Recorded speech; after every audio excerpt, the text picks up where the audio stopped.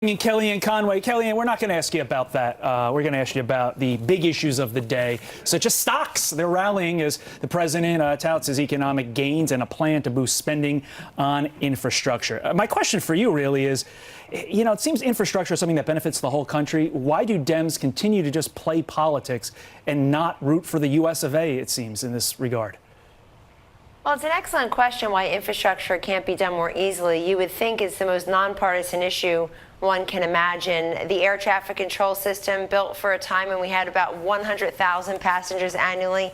We're now close to 1 billion airline passengers annually, and we all know what it's like for those tarmac waits. The fact that you see many improvements can be made to security, to timeliness, less hassle for the passengers. Also, think about the some 50,000 bridges or so that are in disrepair, the 240,000 or so water main breaks we have every year.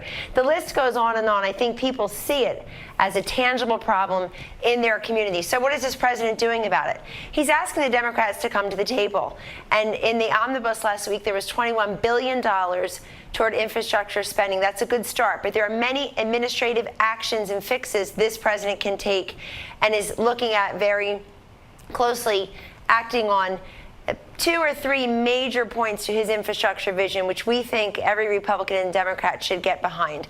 One is this $1.5 trillion in spending, and it's meant to incentivize also, pieces of that are meant to incentivize local communities and private actors, organizations to come and give money as well. Number 2, it's reducing this crazy permitting process we have, sometimes 8-10 years, incessant amounts of public comment period, and then get it down to 1 or 2 years. The president is a builder.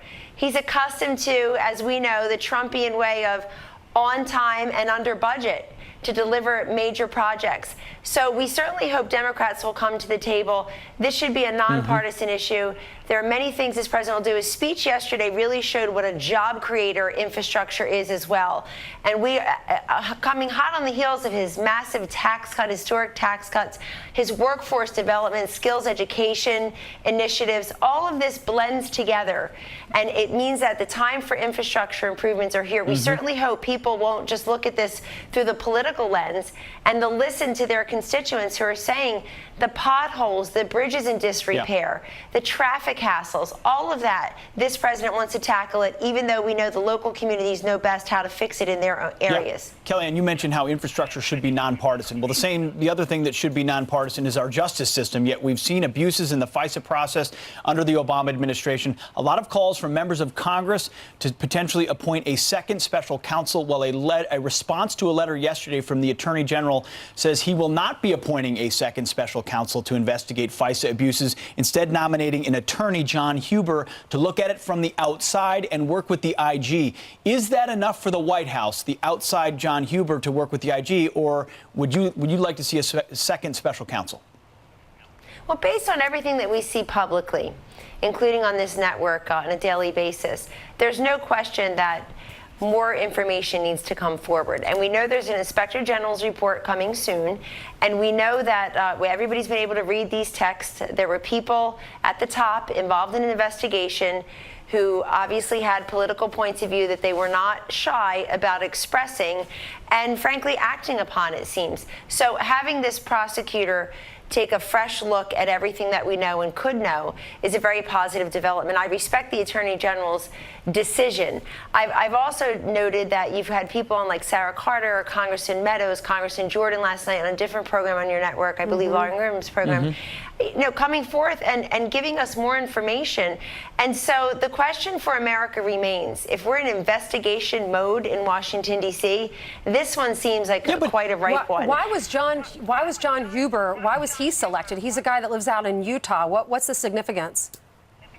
Well, you'd have to ask the Attorney General that. It just seems bizarre. But it is. I read the Attorney General's letter last night. It was 4 or 5 pages long. It's a public document. Your viewers can certainly take a look at it and understand the Attorney General's reasoning. But I have faith that this will be handled in a way that more information will be forthcoming. We respect the 25,000 or so rank and file men and women in the FBI, but there is very little doubt now that shenanigans and untoward conduct was being had in a way that rises to the level of continued investigations. Yeah, certainly seems like the evidence is balanced even more so on that abuse than it ever was for Russian collusion that justified an entire special counsel, but we will stay on it for sure. Another aspect of all this is Hillary Clinton, and she's not gone away, as you know. She yesterday had some words to say about why she lost the election and shouldn't go away. Listen. I was really struck by how people said that to me. No, go away, go away. They never said that to any man who was not elected. I am really committed to speaking out and doing what I can to have a voice in the debate about where our country's going. So why still those types of explanations? Well, let me just say, you brought her up. I didn't know she'd be a topic today. She's wrong comparing herself to those male candidates, Republican and Democratic, who lost presidential elections as well.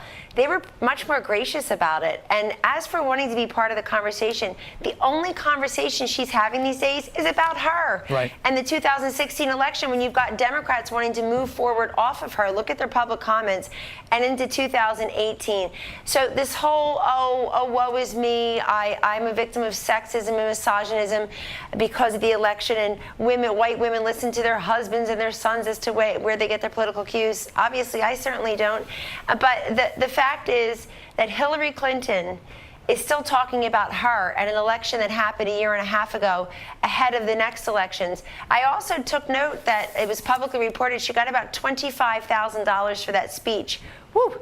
She used to get 10 times that, folks, Yep, 10 she's times that. losing a When she snooki. was giving speeches Right. before she lost her second presidential election. There were 5,000 people. That's about 5,000 a person. Right. And so, I mean, $5 a person. And so I think if she wants to be part of the national conversation, she should call us about infrastructure, opioids, healthcare, taxes. Understood. There are many conversations to be had. I don't see her out there talking much about anything beyond herself. Kellyanne Conway, we got to go. Thank you very, very much. Thanks, Counselor to the Kellyanne. President. Thank you. Thank you very much. Take care. More Fox and Friends coming up after this break.